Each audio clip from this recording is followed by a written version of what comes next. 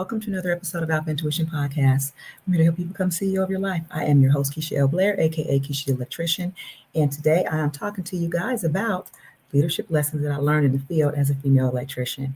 Now, I'm going to tell you guys, I thought about this on how I can actually add value by speaking on some of the things that I actually learned as an electrician 30 years ago or up to this point, because I started back in 1995. So this is actually the month and the year that I started. It was in August of 1995. But before I get into that, I want to just ask you guys, if this is your first time watching, please make sure that you like and subscribe, and then share this with somebody that you think you possibly like or may like this show. All right, now, so let me get right into it. The 5 lessons that I learned as a female electrician. Lesson number 1, show up early, be prepared, and consistent. In the field, every time you showed up on time, or you showed up when you thought was on time, right at that right moment, you were really already late. So I know you guys have heard the saying, show up 5. If you show up on time, you're late. If you show up early, then you're on time. I kind of live by that.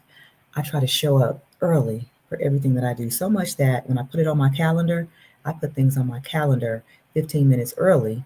But my calendar is set at my time clock is set at the right time, but I put it on my calendar 15 minutes early just to make sure that I show up early, because by the time the event happens, I really would have forgotten whether it started at 8 o'clock or 7:45.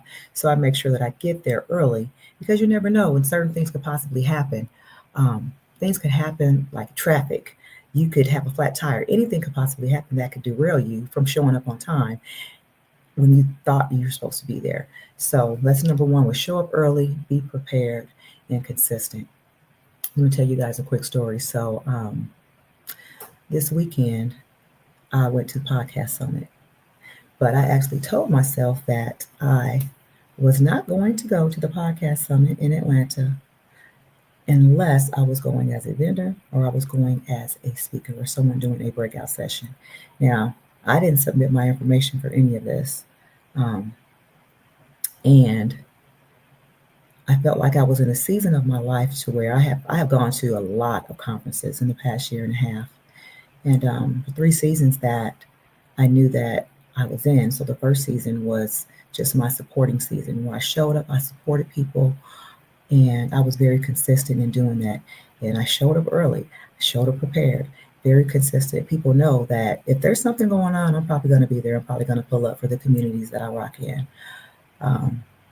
And my second season was basically just being a student. I started going to these conferences because I wanted to see, okay, what does it take to put on a conference? So I would work behind the scenes a lot, and just show up and just add value. So my third season was basically being a producer and not a consumer, because I've done a lot of consuming but no producing. So that was kind of like my punishment to myself, to where I said, I'm not going to go to any more conferences unless I am going to participate as someone who is on their ticket, on the venue, whatever the case may be. That way I'm adding value in a different way, not only adding value to them, but I'm adding value to my own business. So at any rate, I did not have any intent on going to the podcast summit, because I was not going as a vendor or as a speaker. So, but God saw something different. Earlier in the week, I was asked to go to shadow Dr. Eric Thomas in Birmingham to speak to the educators. He spoke to the educators. I was there assisting as a volunteer. While I was there, he asked me about working his events for the podcast summit as a vendor. Now, like I said, I had no intentions on being there. So when I was presented with that opportunity, I 100% said yes.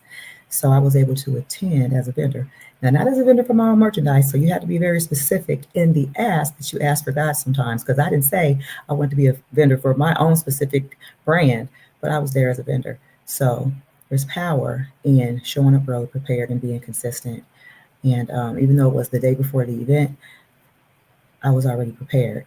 So it was something that I was going to be in Atlanta anyway that weekend, because there's another event that I'm going to today. So I made sure that I was prepared for that opportunity. And when opportunity meets preparation, Some people call it luck. I call it divine intervention. All right, so we're going to move on to lesson number 2 that I learned in the field was set the standard through your work. Operate in the spirit of excellence in everything that I do. I think anybody that has been around me, that has watched me move, they know that when I do something, I'm going to try to do it to the best of my ability because, for one, that's my craftsmanship. It's even if my name is not on the brand, if I'm asked to participate, I act as if it is my brand. I act as if it is my company. I act as if when somebody is paying attention to anything that I'm doing, they see that it's done with the spirit of excellence, because I don't know how to move any other way. And even in the field as an electrician, all the journeymen that I had the opportunity to work with while I was an apprentice, they taught me to operate in the spirit of excellence. Because when you walk away from a project or you walk away from a building, your name is on it whether you realize it or not. And not only was my name on it, but every other journeyman that had a hand in that project, their name is on it as well. So I'm not only representing me, I'm representing them as well. So when I think about how I move for a company, when I work with them, when I assist them, when I volunteer for them, I operate in spirit of excellence because I'm acting as if it's my own company. All right, so number 3, control the energy you carry. There were some days on that job site as a construction worker that I felt like I was in a pressure cooker, sometimes figuratively and literally, because it would be extremely hot. And you still have to remain calm. You have to stay focused. You have to stay unbothered, because sometimes you're putting yourself in situations and others in situations that are dangerous, and you can potentially get them hurt. You can get yourselves hurt. So to know that I have to control the energy that I carry, and that I can't fly off the handle. I can't get upset with people. I can't just go off because I'm having a bad day. They may be having a bad day as well. The situation may become detrimental to you, to the job site, to everything else. So I've learned, one of the lessons that I learned, number 3, is to stay calm and control the energy that I carry, because the energy sets the tone. And I know you guys have heard the analogy about the thermostat and the thermometer. Well, I've done that too. I spoke on it. And a thermometer just checks the temperature. It doesn't regulate it. A thermostat, it regulates the temperature. So I've learned to just be the thermostat and to regulate my energy in any room that I walk in. Number 4, communicate with clarity and confidence. On the construction site, one misunderstood communication can shut the entire job site down. So I'll tell you guys another little small story. I worked at a place called Riviana Foods in Memphis, Tennessee, and they make rice. I was an instrumentation technician there, or electronic and instrumentation technician. There was I believe it was a bolt that was loose inside of a bucket. And a bucket is just basically where all the power goes through before it goes out to the facility. So I went into the switchgear room where this bucket was located. I opened the door, and I had someone else with me who was not an electrician. He was a mechanic. Now, as an electrician, we all know that you need to have another qualified personnel with you. Qualified personnel means somebody that understands the energy and the magnitude of what you're working with. Well, at this time, I didn't. I had a mechanic, which there's nothing wrong with being a mechanic, but he's not an electrician. But he was someone who was still on the team, so he was with me. And I opened up this bucket, and I knew that it was a live circuit. And we are trained to work on live circuits. It's best not to work on a live circuit, but if the situation calls for it, then yes, we do. But there are steps that we have to take as far as putting our PPE on, personal protective equipment, to make sure that we stay safe and everyone around us stays safe. So anyway, back to the situation. So I opened the bucket, and I saw that this bolt was loose, or the screw was loose, so I had to tighten the screw up. And I could have shut down the line that I was working on, but they were in the process of production. And in my mind at the time, I thought it was more important to keep the production running. So I did not shut the line down. Now, I had on my PPE, and I reached into the bucket with my screwdriver. And just when I said that, the mechanic behind me said something to me. And I took my eyes off of the bucket for a second, and I spoke to him, and I said, don't talk to me, this bucket is hot. It could potentially, and before I could finish my sentence, the bottom of my screwdriver, it touched the bottom of that bucket, which was metal. So it made contact, and it was an arc flash. It flashed in my face. Now, it was a bright white light. At the time, I really thought that, I didn't know what had happened, but it took about 30 seconds. It seemed like to me forever for the light to to readjust from that light that had shined in my face. And I luckily I didn't get hurt because the panel was below it was right at my chest level. Had it been a little bit higher, it would have flashed in my face and would have burned my face. Now, it didn't burn anything on me, but it was just the fact that I did not communicate clearly to the mechanic before I started working on this bucket that I needed him to not speak to me so that I can perform the function that I was performing. Now, because I didn't want to shut down that one line, what happened when my screwdriver touched the bottom of that bucket? It shut down the entire process. So I should have communicated better, because in my mind, I knew that that could possibly happen, but I had confidence that it wouldn't. But the thing that I should have done differently was had someone who understood the magnitude of the energy that I was working with. So communication and clarity and confidence are very, very important in the mechanical space, in the electrical space, in the construction world. Now, number 5, leadership is a mindset, not just a job title. So long before I had the authority of mentoring apprentices, of managing leaders, I learned how to carry myself as a leader. So I did the things that I spoke about in here. I showed up on time. I made sure that I added value. I made sure that I solved problems in an expeditious manner. And I made sure that I asked questions, because sometimes people are afraid to ask questions. A lot of technicians, mechanics, electricians, HVAC techs, I'm going to include myself in this, we don't like to read directions. Sometimes it's very, very important to read directions to make sure that not only for you, but for whatever you're working with and for everyone else, that you understand exactly what you're working with.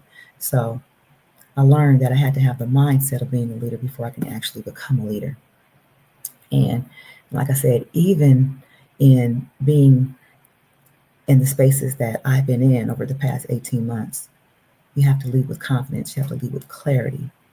You have to communicate clearly the things that you want, but not only to the people around you, but you have to communicate them clearly to yourself. So I think about, like I said, I'm going to go back to the beginning. I think about how I was able to operate in a spirit of excellence and work as a vendor at the podcast summit this weekend, or Thursday, was it Thursday and Friday of this week, for Dr. Eric Thomas. And it was an honor for me. But not only that, I actually had the opportunity to serve for the Teachers Week that he had as a follow-up to the summer school.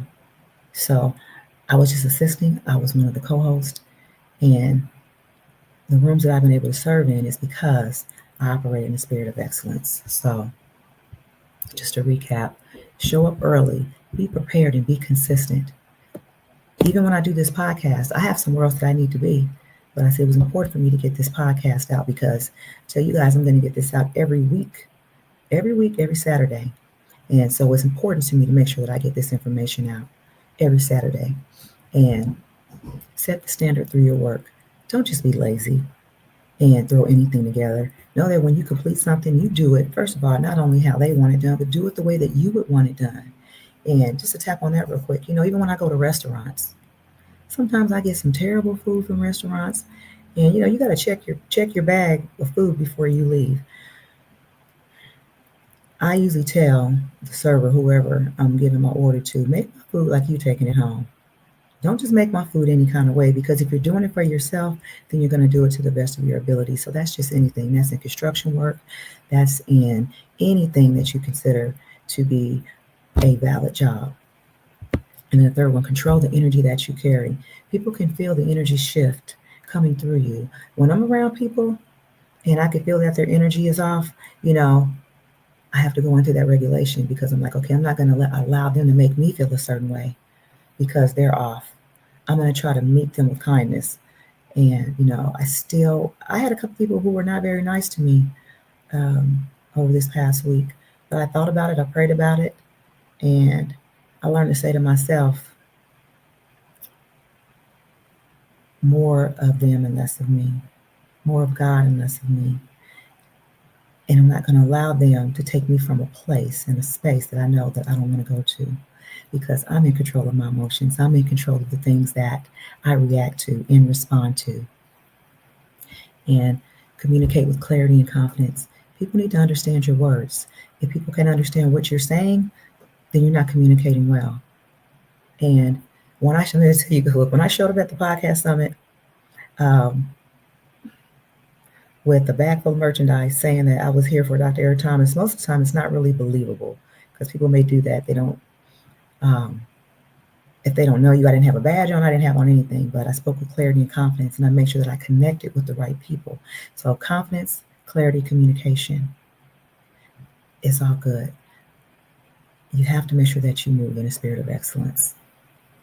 And remember that leadership is not just a job title, it's a mindset. Everything that I do, I move as a leader. I try to think like a leader. I try to act like a leader. From everything to the way I dress, to the way I speak, to how I interact with people. And people notice it. Even when you think they're not paying attention, people are paying attention. Sometimes it's the wrong people. If you keep operating the spirit of excellence, the right people will pay attention to you, and you will elevate, and you won't even realize how you got there, because you'll be so busy operating in your spirit of excellence that God will move you to the spaces that you need to be in. So, all right, that's all I got for you guys today. I thank you guys so much for rocking with me. This is episode 51. Man, I'm really excited. Now, you're probably thinking, why did I just record an episode at the podcast summit? I did not have time. I had so many people that came past that booth that wanted to know, first of all, why I was selling the merchandise that had the name of Dr. Eric Thomas on it. So I had to have a lot of great conversations with people to not only explain why I was there, but also to explain my business. So I made a lot of great connections with people that I met. I met someone that's talked about helping me to bring my pink tool project to fruition. I met someone that talked about helping me to start my 401c3. So many great people that I met. I don't even want to start mentioning their names because I'm going to leave somebody out. So, but the power of proximity. Make sure that when you show up, you operate in the spirit of excellence, and people will notice you and help you to get to where you want to be. And God will make sure that you get to the places that you prayed for. So, all right, that's all I got for you guys. It's been an honor being in this space for 51 episodes. So I'm looking forward to another 51. But once again, if this is your first time watching, please make sure that you like and subscribe and share this video with someone that you think it may benefit. All right, well, I'm gonna holler at you guys. I got another event that I got to run to, but as I always say, the journey to the top of any mountain begins with one single step. Don't stop, keep climbing, and I'll holler at you guys later. Peace.